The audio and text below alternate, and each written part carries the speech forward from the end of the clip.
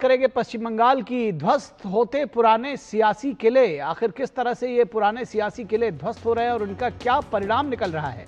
पश्चिम बंगाल में एक परिवर्तन ने राज्य में एक नई क्रांति को जन्म दिया है। अब लटकाने भटकाने का समय ओवर है।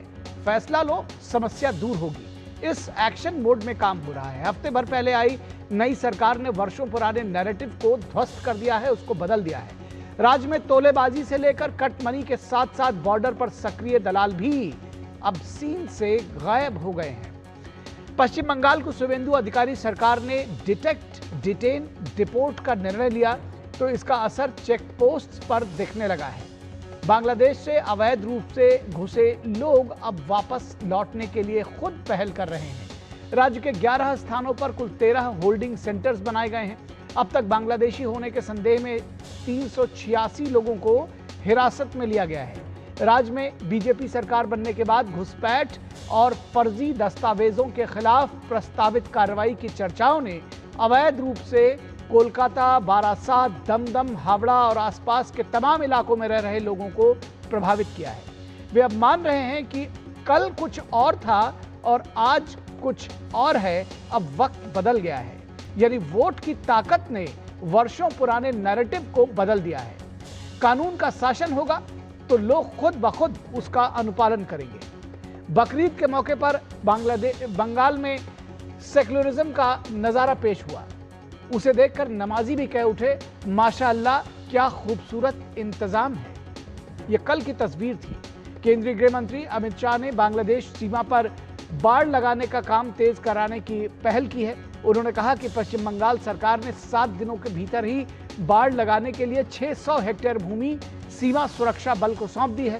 इसके अलावा सिलीगुड़ी कॉरिडोर यानी कि जिसको हम चिकन नेक कहते हैं, उसमें भी 121 हेक्टेयर भूमि भी भारत सरकार को हस्तांतरित कर दी गई है।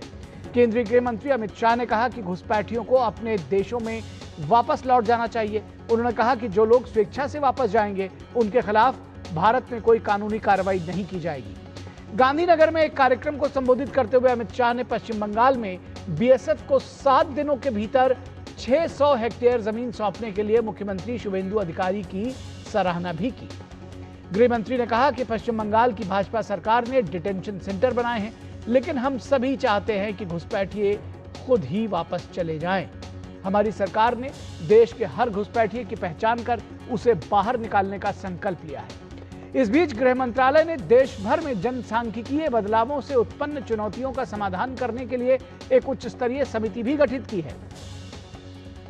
जनसांख्यिकीय बदलावों के कारण व्यापक चुनौतियां सामने आई हैं, जिनमें अवैध घुसपैठ से जुड़ी समस्याएं भी शामिल हैं। बड़ा सवाल यह है कि घुसपैठ के मुद्दे को बेअसर करने के लिए पूर्व मुख्यमंत्री ममता बनर्जी इसे बंगाली अस्मिता से जोड़ देती थी, लेकिन एसआईआर ने पुराने सभी नैरेटिव्स पर पानी फेर दिया है। सुप्रीम कोर्ट ने चुनाव आयोग को डिलीटेड और नॉन सिटीजन कैटेगरी के लोगों की सूची केंद्र सरकार को सौंपने को, उसको भेजने को कहा है। कोर्ट ने अपने फैसले में कहा है कि जिन लोगों के नाम संदिग्ध नागरिकता के आधार पर मतदाता सूची से हटाए जाएंगे, उनके मामलों को 4 सप्ताह के भीतर गृह मंत्रालय को भेजना होगा। इसके बाद केंद्र सरकार तय प्रक्रिया के तहत विस्तृत जांच करेगी और संबंधित व्यक्ति को अपना पूरा पक्ष रखने का अवसर दिया जाएगा। पश्चिम बंगाल सरकार ऐसे संदिग्ध नामों को अब राज्य से मिलने वाली योजनाओं का लाभ बंद करने जा रही है, ताकि गरीब कल्याण योजनाओं का लाभ राज्य के जेन्युइन गरीब लोगों को ही मिल सके और किसी का हक छीना ना जा सके, किसी का हक मारा ना जा सके। तो यह बदलाव की एक नई बयार है, एक नई तस्वीर है। गृह मंत्री अमित शाह ने घुसपैठियों को खुली चेतावनी दी है। क्या कुछ कहा उन्होंने, आइए आपको सुनाते हैं। आज अखबारों में देख रहे हैं कि पहले ममता के शासन में हर रोज घुसपैठ होती थी, अब घुसपैठ करने वाले अपने आप वापिस जाने लगे हैं, अपने आप जाने लगे। शुभेंदु जी ने, भाजपा बंगाल सरकार ने डिटेंशन सेंटर बनाए हैं, मगर हम सब लोग चाहते हैं कि जो घुसपैठ कर अवैध तरीके से आए हैं वो अपने आप जहां से आए हैं वहां वापिस चले जाए। अगर वो अपने आप चले जाते हैं तो बंगाल सरकार भी उन पर कोई केस नहीं करेगी, जाने के लिए उनकी सहायता भी करेगी। और बीजेपी नेता दिलीप घोष ने भी घुसपैठियों को अल्टीमेटम दिया है। आइए सुनते हैं क्या कुछ कहा दिलीप घोष ने। बांग्लादेशी रोहिंग्या जो यहाँ के नागरिक नहीं है, अवैध रूप से घुसपैठ किए थे, उनको तो जाना पड़ेगा। एसआईआर के पहले भागने का कोशिश किया था, लेकिन ये सारे विरोधी पार्टी लोग उसको रोक के रखा था। आज उनको पता चल गया कि अच्छे से निकल जाएं, नहीं तो बहुत नसीब में दुर्दिन दुर्वस्था आएगा, खराब दिन देखना पड़ेगा। तो जा रहे हैं, 200-400 नहीं है, रोज लाखों लोगों को पार करना पड़ेगा। तभी यहाँ जो करोड़ों लोग छुपे हुए हैं और देश को बर्बाद करने में लगे हुए हैं, सारा सुविधा भोग रहे हैं, तब इससे देश को निजात मिलेगा और हमको देश को नया ढंग से गढ़ पाएंगे। और कांग्रेस नेता अधीर रंजन चौधरी का भी बयान आइए सुनते हैं।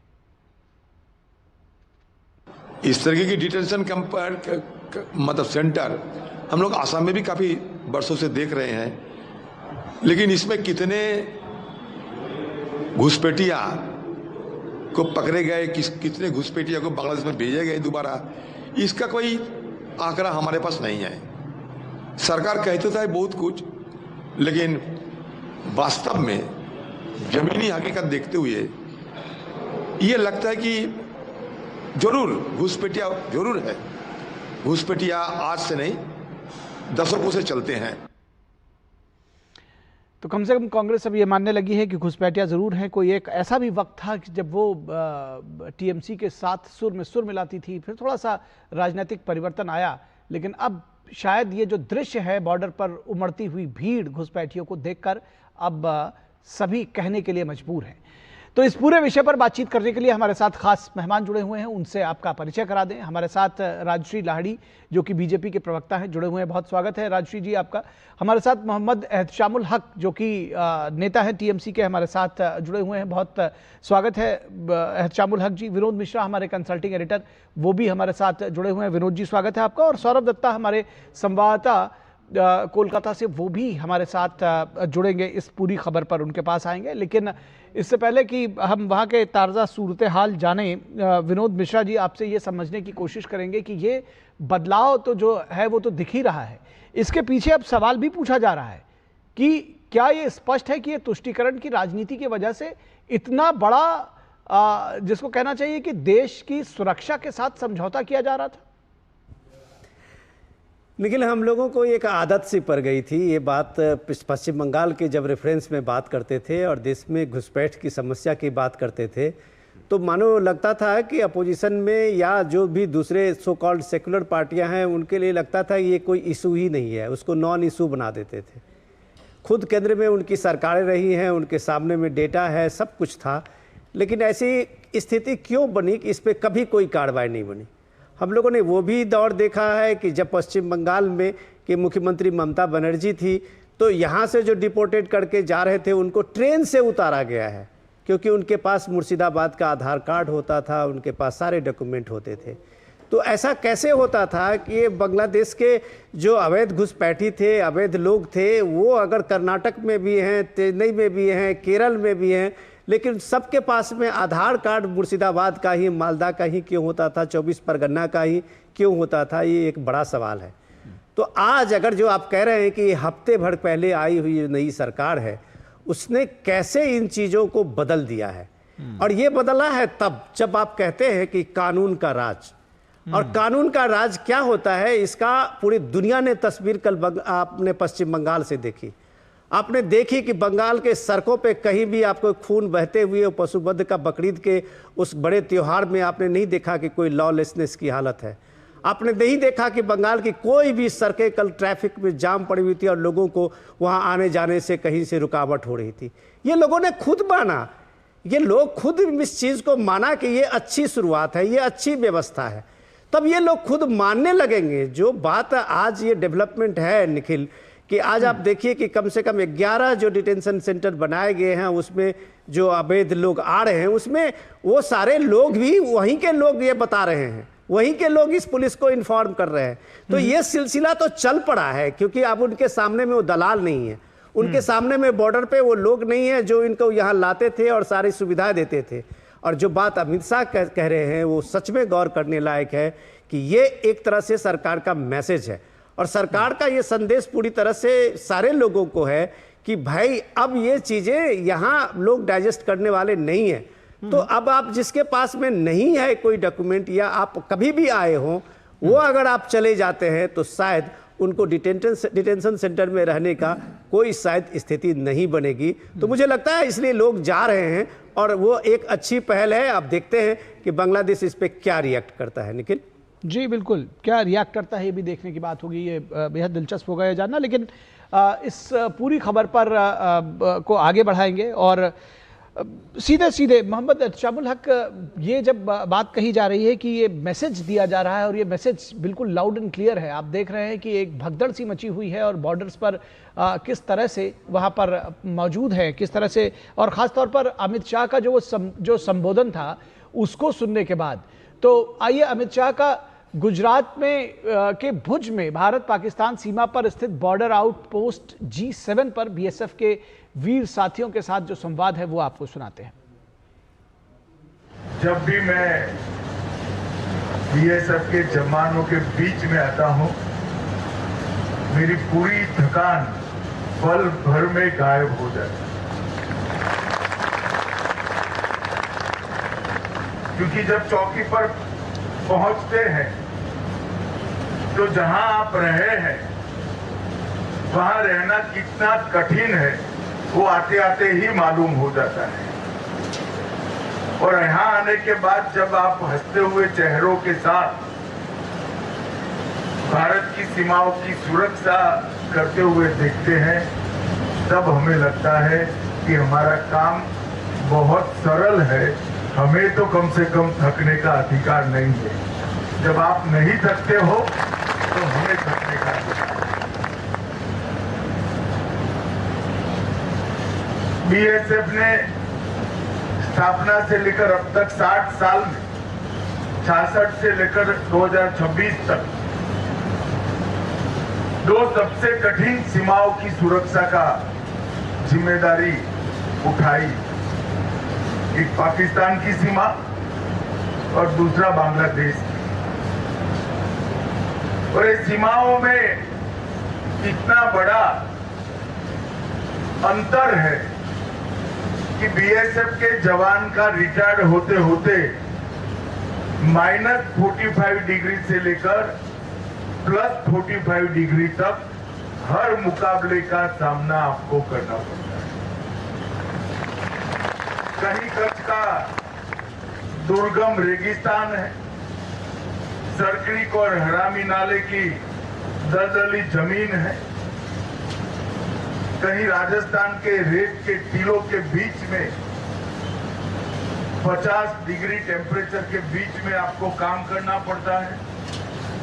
मैं अभी सांचू गया था, तो जब कैंप पर पहुंचा तो 46 डिग्री टेम्परेचर था। सांचू गया तो तपे हुए टीलों में 50 डिग्री तक टेम्परेचर था।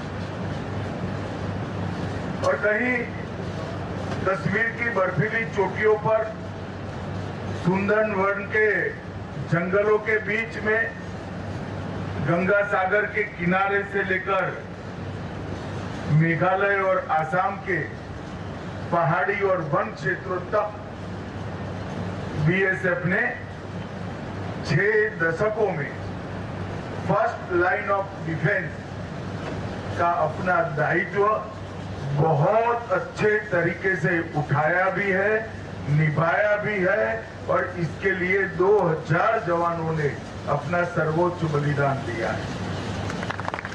और इसी के कारण न केवल भारत सरकार, 140 करोड़ की जनता हमेशा BSF के प्रति अपना अहोभाव भी रखती है, सम्मान भी रखती है और श्रद्धा से चैन की नींद भी सोती है। यहां से कुछ किलोमीटर दूर बनासकांठा में आप सबकी ये कठिन ड्यूटी के जनता के परिचय के लिए एक सेंटर बनाया गया। लगभग 250 करोड़ की लागत से सेंटर बना। आज एक महीने में लगभग 2.5 लाख से ज्यादा गुजरात की जनता वहां जाकर बीएसएफ की ड्यूटी का परिचय लेती। शुरू में मैंने 6 माह तक वहां एक फीडबैक फॉर्म और बीएसएफ के लिए आप क्या मानते हैं इसका जनमत संग्रह जैसा कराया था। आप सभी को आश्चर्य होगा, कई माओं ने लिखा था कि हमारे बेटे बेटियां बड़े होकर बीएसएफ में जाए तो हमें गर्व होगा। देश के लिए इतनी कठिन जीवन जीना बहुत बड़ी बात है। ये जो भाव देश की जनता के लिए पड़ा, अब वो फीडबैक फॉर्म को ऑनलाइन कर दिया गया है, तो ऑनलाइन लिखते हैं और अपने आप इनके प्रति, बीएसएफ के प्रति इनका जो सम्मान है वो एकत्रित होते जाता है। ये बहुत बड़ी बात है। किसी भी प्रचार के बगैर, किसी भी परिचय के बगैर घर में आराम से जीने वाला एक नागरिक की पूरी फोर्स के लिए सम्मान और अहोभाव पाल ले, वो आपके कर्मठ काम की ही नतीजा है, आपके बलिदान का ही नतीजा है कि देश के अंदर इस प्रकार का भाव सृजित करने के लिए आपने बहुत बड़ा पुरुषार्थ किया है। मित्रों, आज G7 और G13 का लोकार्पण हुआ है। मैं जब देश का गृह मंत्री बना तब बीएसएफ के पहले रिव्यू में ये हरामी नाला का और तरक्रीक का क्षेत्र थोड़ा कहीं सुरक्षा की दृष्टि से पीछे लगता है। वॉच टावर से लेकर कनेक्टिंग रोड से लेकर पीने से पानी से लेकर मेडिकल सुविधाएं, रहने की व्यवस्थाएं और नई फेंसिंग इंट्रोड्यूस करना, हर दृष्टि से एक लीक प्रूफ सुरक्षा ग्रिड बनाने के लिए हमने कार्य योजना बनाई थी।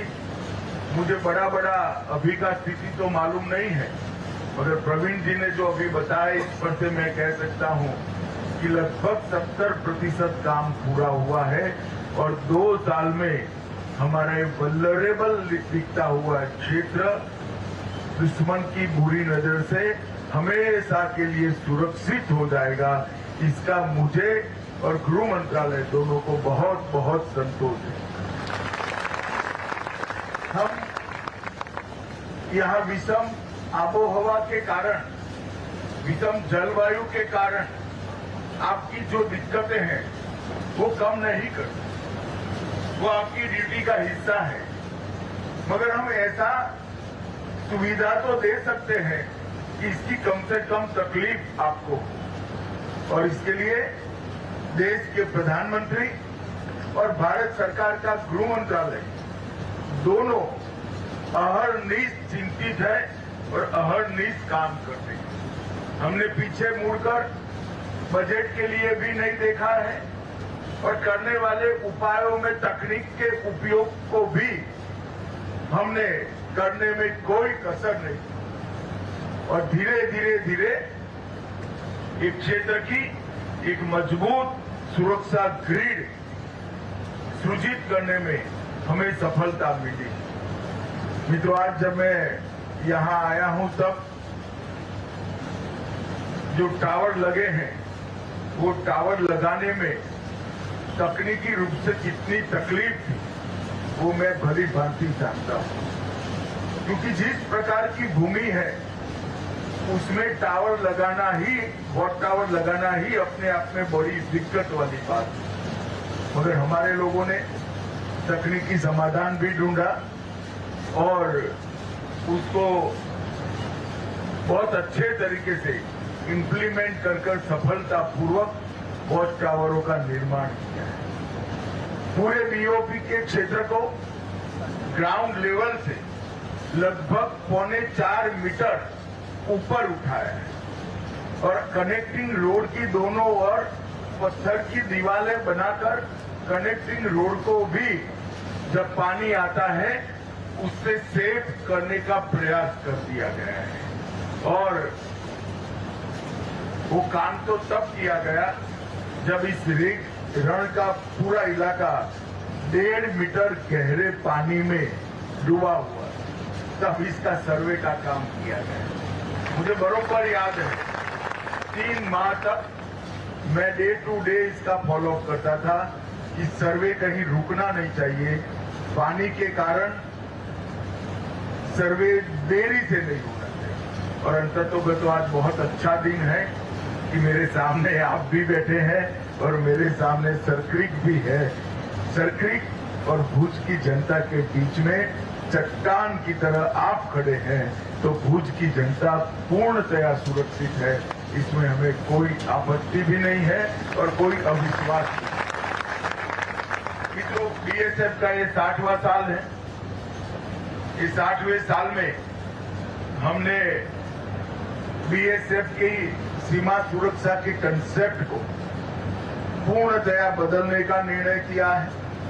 एक चतुष्कोणीय कंसेप्ट के साथ एक सुरक्षा ग्रिड हम आने वाले दिनों में बनाएंगे और बॉर्डर की सुरक्षा की जगह टेरिटोरियल सुरक्षा का एक नया कंसेप्ट भी लॉन्च करेंगे, जिसमें जनता भी शामिल होगी, सिविल प्रशासन भी शामिल होगा, स्थानीय पुलिस और मिलिट्री भी शामिल होगी और बीएसएफ के जवानों की तो प्रमुख जिम्मेदारी रहेगी ही रहेगी। ये मिलाकर समग्र बॉर्डर पर बांग्लादेश और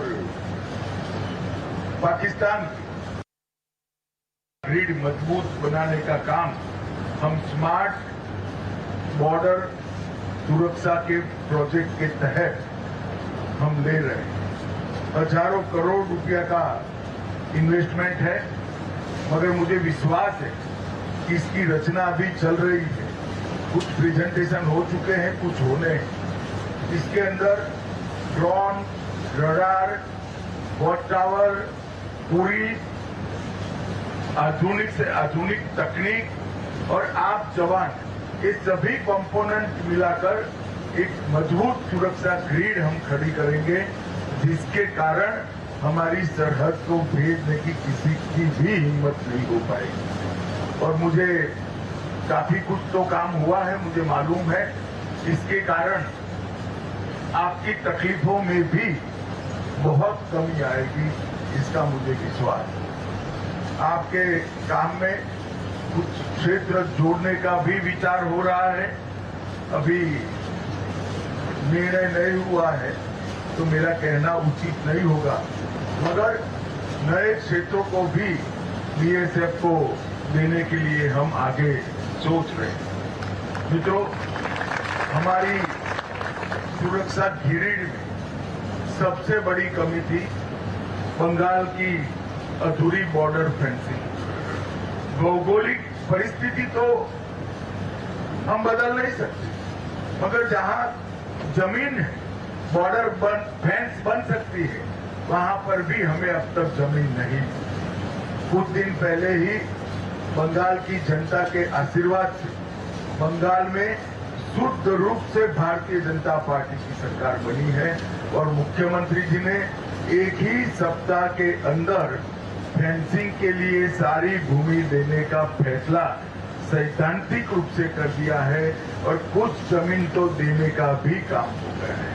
ये फेंसिंग पूरी होते ही घुसपैठ की प्रक्रिया बहुत बड़ी मात्रा में रोकने में हम सफल होंगे। फिर उनको जंगल मार्ग और नदी नालों से ही आने का रास्ता बचेगा, जिसकी तकनीकी फेंसिंग हम लगाने के लिए भी साइमल्टेनियसली बहुत स्पीड के साथ काम कर रहे हैं। तो आने वाले दिनों में बीएसएफ के जवानों के पराक्रम, साहस और कर्तव्य निष्ठा के कारण पूरी बॉर्डर सुरक्षित होने जा रही है और इसमें भारत सरकार तकनीक का भी सहारा लेकर आपकी मदद में जरूर खड़ी रहेगी। इसके लिए हम पूरा प्रबंध कर रहे हैं। तो फिर से एक बार यहाँ आया हूँ तो आप लोगों को मिलकर मन से, हृदय से बहुत शांति और आनंद दोनों का अनुभव होता है कि इतनी दुर्गम परिस्थिति में भी आप लोग मुस्तैद खड़े। एक छोटा सा चक्कर मेरा आपके डीआईजी साहब ने लगवाया। आपके रहने के क्वार्टर, बाकी सारी व्यवस्थाएं, जनरेटर रूम और बाकी सारी व्यवस्थाएं मैं देख कर आया। व्यवस्थाएं, सुविधाएं कितनी भी हम कर ले, मगर यहाँ की तकलीफों को मैं जानता भी हूँ और महसूस भी कर सकता हूँ। पूरा देश आपके जज्बे का सम्मान करता है, उसको सैल्यूट करता है और आपके कारण ही आज गुजरात का एक क्षेत्र, जब हम सब लोग छोटे थे, बड़ा पोरस माना जाता था। यहाँ से स्मगलिंग, देश विरोधी तत्व, बम धमाके का मटेरियल एक जमाने में सभी यही बॉर्डर से घुसा था। आज गुजरात में शांति है, इसमें बीएसएफ का बहुत बड़ा भूमिका है। आप सभी को अंत में मेरी ओर से और पूरे गृह मंत्रालय और देश की जनता की ओर से अनंत अनंत शुभकामनाएं और नमस्कार। तो आप देख रहे थे, ये गृह मंत्री अमित शाह के गुजरात दौरे से जुड़ी हुई तस्वीरें थी और उनका गृह मंत्री का भाषण था। आउटपोस्ट, दरअसल भुज में G7 और G13 बॉर्डर आउटपोस्ट का लोकार्पण किया है गृह मंत्री ने। उस अवसर पर वो बीएसएफ के जवानों को संबोधित कर रहे थे। उन्होंने भूरी भूरी प्रशंसा की बीएसएफ के जवानों, उनके साहस के, उनके शौर्य के, उनके पराक्रम की, और कहा कि पूरा देश आपके इस जज्बे को, समर्पण को, आपके साहस को सैल्यूट करता है। और बढ़ते हैं वापस अपनी उस खबर पर जिस पर हम चर्चा कर रहे थे, और हमारे साथ खास मेहमान जुड़े हुए हैं, उनसे हम दोबारा आपका परिचय करा दें। पश्चिम बंगाल में बदली हुई परिस्थितियां और घुसपैठिए जिस तरह से भाग रहे हैं, पूरा सिस्टम बदल गया है, उस पर हम चर्चा कर रहे थे। इस पूरी खबर पर बातचीत करने के लिए राजश्री लाहिड़ी, जो कि बीजेपी के प्रवक्ता हैं, हमारे साथ जुड़े हुए हैं। उसके साथ साथ मोहम्मद एहतशामुल हक, जो कि टीएमसी के नेता हैं, वो हमारे साथ जुड़े हुए हैं। विनोद मिश्रा हमारे सलाहकार संपादक, और अब मैं देख पा रहा हूँ सौरभ दत्ता हमारे रिपोर्टर कोलकाता से जुड़े हुए हैं। सौरभ, मैं चाहूँगा कि जल्दी से आप मुझको ग्राउंड जीरो पर क्या कुछ हो रहा है वहाँ पर, बॉर्डर से लेकर के, और सरकार किस तरह से सक्रिय है, क्या कुछ हो रहा है, बहुत जल्दी से थोड़ा संक्षेप में जानकारी दें।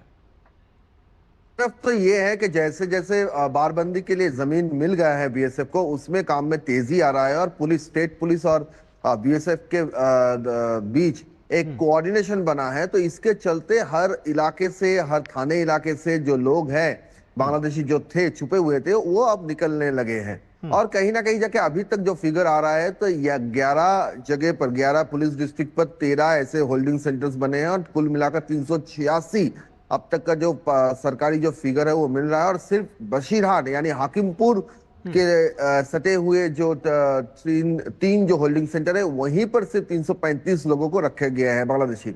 और कुछ देर पहले मैं जहां खड़ा हूं स्टेट सेक्रेटेरिएट, वहां पर मुख्यमंत्री शुभेंदु अधिकारी ने एक प्रेस कॉन्फ्रेंस किए हैं, और जिसमें जनगणना यानी सिर्फ सीए को रोका नहीं गया था, यहाँ पर बंगाल में पिछले 1 साल से जनगणना को भी रोका गया था। आप मानिए कि सारा देश के हर एक राज्य जो 16 मई 2025 से जो काम शुरू कर चुका था, बंगाल उसमें हिस्सा नहीं लिया।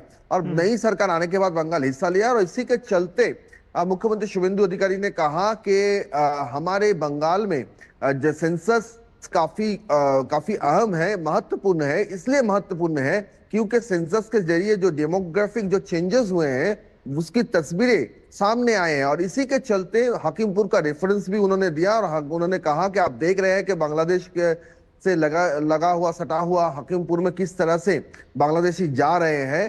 तो इनके पास कोई डेटा नहीं है, इनके पास कोई डॉक्यूमेंट्स नहीं है, और ऐसी बातों को जानने के लिए ही घर घर समीक्षा शुरू होगा। पहले सेल्फ एनुमरेशन, फिर घर घर समीक्षा शुरू होगा। और जनगणना को भी अब भाजपा की नई सरकार अपनी प्रायोरिटी लिस्ट में रख चुकी है। ठीक, बहुत शुक्रिया इस जानकारी के लिए। आप बने रहे हमारे साथ। यहाँ रुकेंगे एक छोटे से ब्रेक के लिए। मोहम्मद एहतशामुल हक, सीधे आपके पास आएंगे, बहुत सारे सवाल हैं आपके लिए। ब्रेक के लिए। जब धरती चीर कर निकलता है लोहे का पत्थर और मिलता है मोंगिया के जोश से, फिर तपता है पिघलता है और बनता है फौलाद। अब होता है सरिया सारी खूबियों के साथ। मोंगिया स्टील, मजबूत देश का मजबूत सरिया। स्वागत है आपका। ब्रेक के बाद चर्चा को आगे बढ़ाते हैं। मोहम्मद एहतशामुल हक, बहुत सारे सवाल हैं। सवाल इस बात का है कि जब सरकार बदली है, सिस्टम चेंज हुआ है, तो जिस तरह से भगदड़ मची है और बॉर्डर पर दृश्य जो देख रहे होंगे आप घुसपैठियों की, जब आपकी सरकार थी, ममता बनर्जी की सरकार थी, तो कहा जा रहा था कि एक नैरेटिव गढ़ा जा रहा है, और जब कार्रवाई करने की बात हो रही थी तो आप ही लोग ये कह रहे थे कि घुसपैठियों के नाम पर बंगालियों को परेशान किया जा रहा है पूरे देश भर में। क्या कहेंगे अब आप इन दृश्यों को देखकर? आपका परिस्थिति पश्चिम बंगाल में कितने मिल रहा है पिछले एक हफ्ता से, जिस हिसाब से अभी आपके सौरभ संवाददाता जिस हिसाब से दिखलाए हैं, ये हकीमपुर बॉर्डर से जो बांग्लादेश से सटा हुआ लोग जो प्लान कर रहे हैं, ये कहीं न कहीं समझ लीजिए कि हमारे यहाँ राज्य में घुसपैठिया है, जिसको चिन्हित कर करके मैं बहुत कांग्रेचुलेशन बोलना चाहता हूँ कि जिस हिसाब से हमारे राज्य के नए मुख्यमंत्री शुभेंदु अधिकारी द्वारा, केंद्र सरकार द्वारा जो इस तरह का हस्तक्षेप लिया गया है, ये बहुत बड़ा कदम है। हम चाहते हैं कि इस हिसाब का अगर घुसपैठिया अगर हो तो उसको चिन्हित कर करके निकाला जाए हमारे राज्य से, हमारे देश से। इसलिए इनको रहने का कोई भी अधिकार नहीं है। कहीं न कहीं घुसपैठिया की जो बात आ रही थी, ये हमारे सरकार के पीरियड में ये बात वाकई में सही है। कहीं न कहीं हमारी इसमें कुछ गलती, कहीं न कहीं हमारी इसमें कुछ कमी हमारी राज्य सरकार की है, जो आज देखिए 300 से 350। लेकिन मैं अगर मोहम्मद एहतशामुल हक आपसे सीधे तौर पर कह दूं कि हुजूर आते आते बड़ी देर कर दी। जब चुनाव चल रहे थे तो आप ही लोग हम लोग के साथ में बहस करते भी, जब डिबेट्स में जुड़ते थे और उसके साथ जनता के बीच में गला फाड़ कर चिल्लाते थे कि ये जो है ये अन्याय किया जा रहा है। SIR से लेकर के और घुसपैठियों की जब बात करते थे तब कहते थे अन्याय किया जा रहा था। अब आप लोग एक तरह से यू टर्न आपने मार लिया। ठीक है कि कम से कम आप प्रशंसा तो कर रहे हैं, कम से कम आप उस बात को एक्नॉलेज कर रहे हैं, ये एक बड़ी बात है। लेकिन कम से कम आप, मुझे लगता है कि आपकी जो नेता है ममता बनर्जी, और जो ये तुष्टीकरण की सियासत थी, उसकी भर्त्सना भी करनी चाहिए साथ साथ आपको।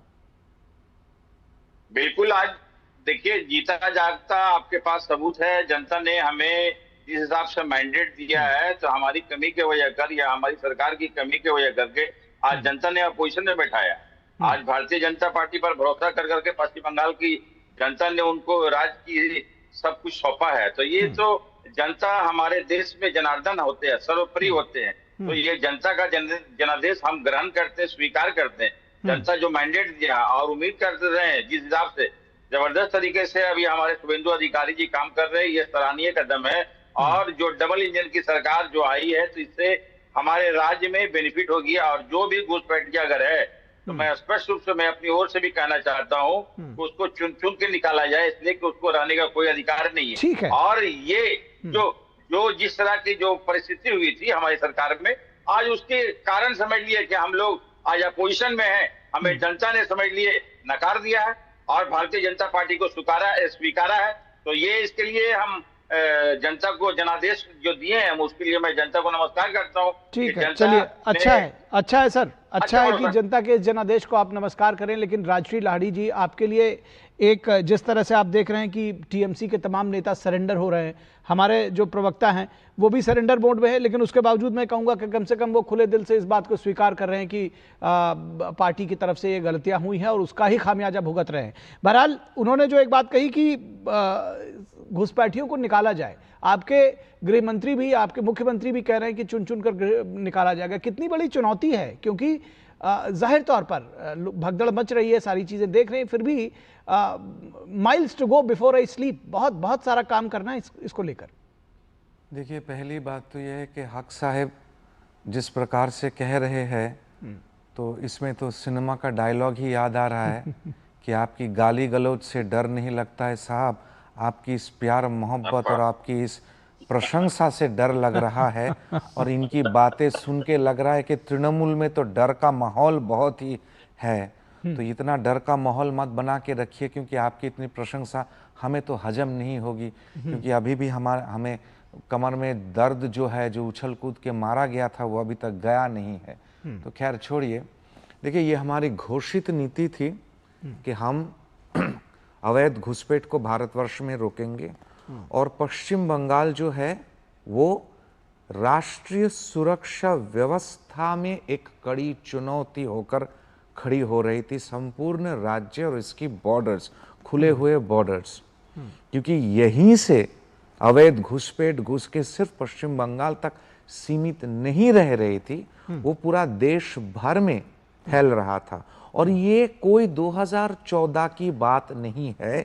लेट मी रिमाइंड यू कि 1993 में या फिर 1996 में, आप मुझे correct me if I am wrong, Sheikh Hasina ji जब प्रधानमंत्री बनी और कलकत्ता आई दिल्ली आई, तो उनके साथ तत्कालीन पश्चिम बंगाल के मुख्यमंत्री जी ज्योति बासु जी का एक ठो बैठक हुआ था, भारत सरकार की ओर से भी थे, नरसिम्हा राव जी थे।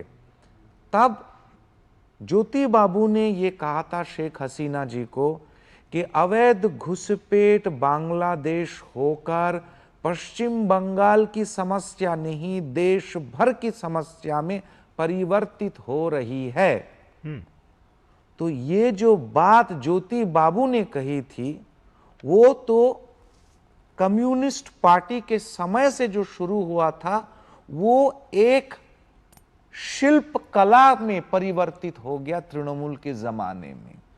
कोविड के समय में ट्रके भर भर के बारुईपुर, पूर्व बारुईपुर, पश्चिम, इन सभी इलाकाओं में लोग आने लगे और रोहिंग्या गुड़गांव से लेके एकदम दक्षिण भारत तक, आंध्र प्रदेश में सभी जगह पे, बैंगलोर में सब जगह पे घुस गए।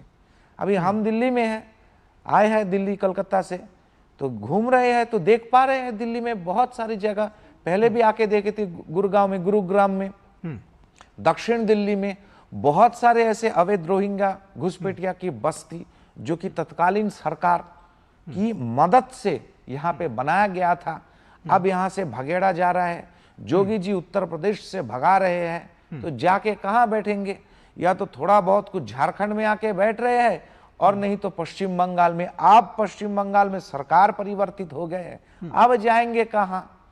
तो आप देख रहे हैं कि हाकिमपुर बॉर्डर से लेके बहुत सारे बॉर्डर्स में कतारों पे लाइन लग रही है और सबके पास बांग्लादेशी डॉक्यूमेंट्स है, दिखा के वो बोल रहे हैं कि भैया झोला रहे यहाँ पे और भोला चले अपने घर में। तो अभी जो भोला घर में जा रहे हैं, हमने यही कहा था कि यहाँ पे मेरे आंगने में तुम्हारा क्या काम है, सरकार मेरी है, यहाँ पे तुम यहाँ के हो नहीं, तुम यहाँ पे आके जो आपकी सरकारी जो सोशल सिक्योरिटी की मेजर्स में जो आपको जो मिल रहा है, पैसा मिल रहा है, फिर आप थोड़ा यहाँ पे काम करके हर महीने करीबन, आप YouTube में देखिए ना, पुराने आपके बहुत सारे संवाद संस्थाओं ने इन सब का इंटरव्यू तक किया था कि हमें यहाँ पे 20 से 60 हजार तक कमाई हो जाती है हर महीने में, और ये पैसा हम घर में भेज देते हैं। तो भारत सरकार के पास ये डेटा ही नहीं कि भारत सरकार के पास कितने लोग हैं जिनके नाम की राशन कार्ड होनी चाहिए, कितने लोगों के नाम की आधार कार्ड होनी चाहिए। तो बजटिंग तो इस हिसाब से होती है। ये भयंकर चुनौती थी। अब ये कैंसर पूरा देश में फैल गया है। सभी राज्यों को चुन चुन के आइडेंटिफाई करके अपने प्रदेशों से यहाँ पे भगाना पड़ेगा। और जो कि हमारे मुख्यमंत्री जी ने एकदम स्पष्टीकरण कर दिया है कि जब पकड़ा जाए तो कुछ नहीं करना, बस उन्हें थोड़ा सा खिलाना पिलाना, सीधा बॉर्डर में जाके बीएसएफ को हैंडओवर करके बोलो कि भगाओ इसको। कोई मुकदमा, कोई पुलिस हैंडलिंग, कुछ नहीं, सीधा एकदम आइडेंटिफाई करो और बॉर्डर की उस पार भेजो जहां से आए हैं। Detect, delete and deport, this is the मंत्र ऑफ टुडेज भारतवर्ष, और ये हमारी सरकार करके रहेगी। ठीक ठीक। विनोद मिश्रा जी, आपको लग रहा है कि इसके जो राजनीतिक निहितार्थ हैं, राजनीतिक संदेश भी है इसमें, क्या ये संदेश दूसरे विपक्षी दलों को, या ये कहूं कि पूरे देश में जाएगा? कैसे इसको, इसका आकलन कैसे करेंगे? निखिल, हम तो आज एहतामुल साहब का जो सुन रहे थे तो हम, जैसे आप कह रहे थे कि कभी कभी जो है वकील ही हॉस्टाइल हो जाता है जी। तो लेकिन मैं मानता हूं कि इस चैनल में हो या डीडी में हमारे साथ आते हो या फिर दूसरे चैनल में जाते हो, सच बोलने के लिए हम इनको सलाम करते हैं। जी बिल्कुल ठीक बात है, वो साहस चाहिए, उन्होंने वो दिखाया है। वो दिखाया है। कल भी इन्होंने इस बात की चर्चा की थी हम लोगों से, इसलिए हम उनको सलाम करते हैं और यही होना भी चाहिए। हालांकि लाहरी साहब थोड़े से इनके प्यार से डरे हुए हैं, ये भी बात है, लेकिन ठीक है। लाहरी साहब डरे हुए हैं, वो भी स्वाभाविक है, स्वाभाविक है। लाहरी साहब मार खाए हुए हैं हमने वो दर्द नहीं महसूस किया है जमीन पे। लेकिन इंपॉर्टेंट चीज ये है समझना कि ये चीजें भारत के बाद जो लाहरी साहब कह रहे थे उसको मैं थोड़ा सा एनालाइज कर दूं कि बंगाल के मुसलमानों को भी खुद आगे के बताना चाहिए जी कि अगर जो सोशल वेलफेयर स्कीम्स है, अब एक बात देख लीजिए कि कल ही शुभेंदु अधिकारी ने परसों नमन्ना में जो लिस्ट जारी किया था, 30 लाख छोटा मोटा नहीं होता डेटा, 30 लाख जो लोग हैं, महिलाएं हैं, उनको लक्ष्मी भंडार योजना का स्कीम का पैसा जाता था। आप कल्पना करिए कि हर महीने 1500 रुपया मिलने वाला जो स्कीम है, जो अब 3000 का भी एक अन्नपूर्णा इन लोगों का एक स्कीम आया है, ये किसके पास जा रहा था? अगर उसमें वहाँ के बंगाल के गरीब लोगों को मिलता, वहाँ के जेन्युइन जो लोग हैं उनको मिलता, तो शायद उसका वो कुछ भला होता। लेकिन आप उसके बदले में सिर्फ वोट के लिए, अगर आज आप टीएमसी के दफ्तर सब खुल रहे हैं, उसमें देखिए कितना रहस्य का वहाँ से पर्दा उठ रहा है। एक टीएमसी के दफ्तर में हजारों हजार आधार कार्ड मिल रहे हैं, एक दफ्तर में लक्ष्मी भंडार योजना जैसे स्कीम के सारे पेपर डॉक्यूमेंट सब मिल रहे हैं। तो ये टोलाबाजी का जो ये बन गया था सिस्टम कि वो हर जगह में पंचायत से लेके और राजधानी तक ये पूरा सिस्टम सरकारी मिशनरी से छीन के वहां टीएमसी वर्कर ने अपने हाथ में लिया। तो आप सोचिए कि एक राज्य में जो 2.5 करोड़ से ज्यादा मिलने वाली लक्ष्मी भंडार योजना महिलाओं के लिए जो सबसे पॉपुलर स्कीम ममता बनर्जी की थी, उसमें 30 लाख फ्रॉड थे, 30 लाख वो अवैध लोगों को मिल रहे थे। तो ये बात आप देखिए कि देश ने बहुत सहा है, देश ने इस प्रपंच को बहुत देखा है। तो सुप्रीम कोर्ट का जो परसों का डिसीजन था, मुझे लगता है कि सारे लोगों को, एहतामुल साहब भी इसको स्वागत करेंगे।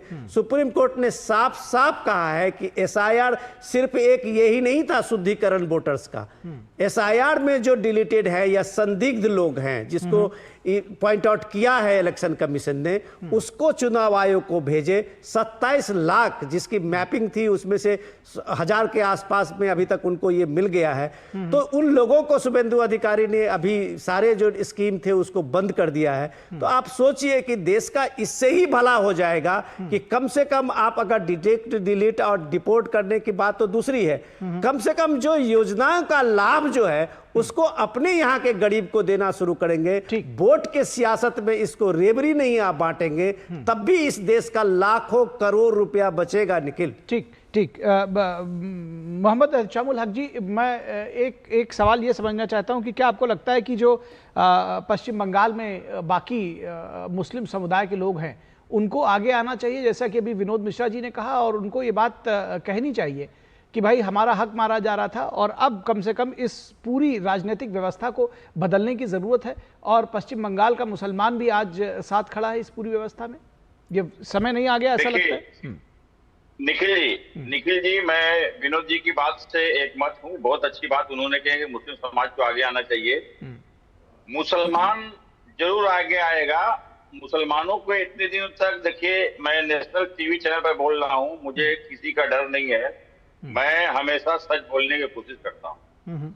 और मुस्लिम समाज वाकई में जरूर आगे आएगा। जो परिस्थिति मुसलमानों को समझ लिए डर दिखला के रखा गया, एक जिस हिसाब से अभी हमारे भारतीय जनता पार्टी के प्रवक्ता कह रहे थे, तो मैं उसी के आधार पर कह रहा हूँ कि आपने शोले फिल्म देखा होगा।